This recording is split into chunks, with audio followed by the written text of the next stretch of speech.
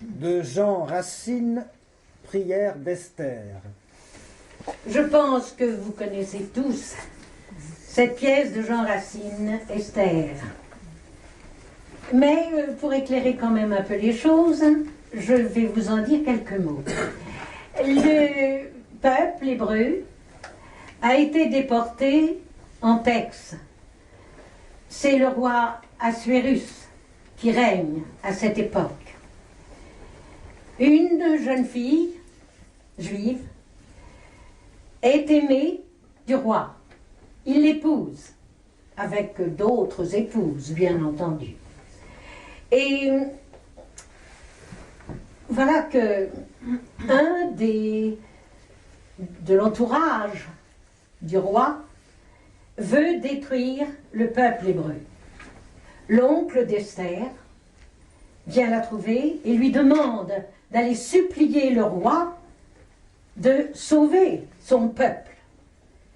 Mais elle ne peut pas aller voir le roi s'il ne lui demande pas de venir. Elle peut avoir la tête tranchée si elle y va d'elle-même.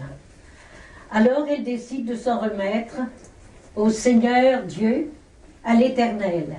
Et voilà la prière d'Esther.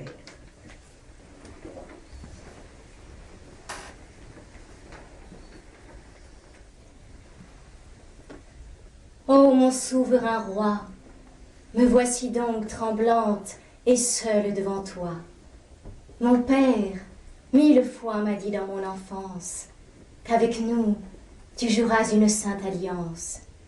Quand pour te faire un peuple agréable à tes yeux, il plut à ton amour de choisir nos aïeux. Même, tu leur promis de ta bouche sacrée une postérité d'éternelle durée. Hélas, ce peuple ingrat a méprisé ta loi. La nation chérie a violé sa foi. Elle a répudié son époux et son père pour rendre à d'autres dieux un honneur adultère. Maintenant, elle sert sous un maître étranger. Mais c'est peu d'être esclave, on la veut égorger.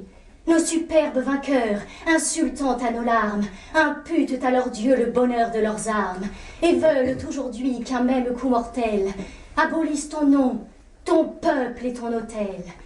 Ainsi donc, un perfide, après tant de miracles, pourrait anéantir la foi de tes oracles, ravirait aux mortels le plus cher de tes dons, le sein que tu promets et que nous attendons.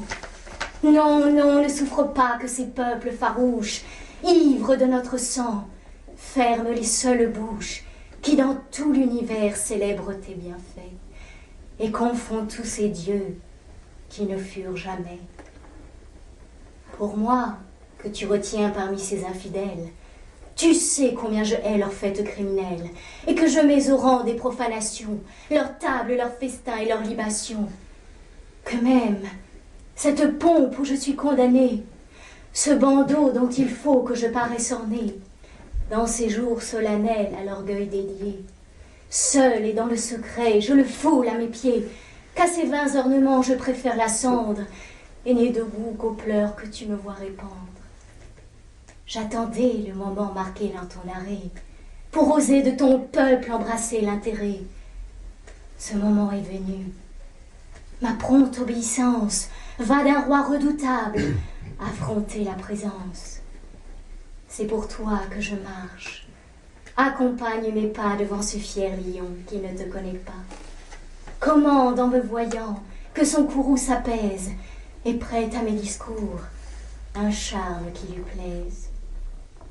Les orages, les vents, les cieux te sont soumis. Tourne enfin sa fureur contre nos ennemis.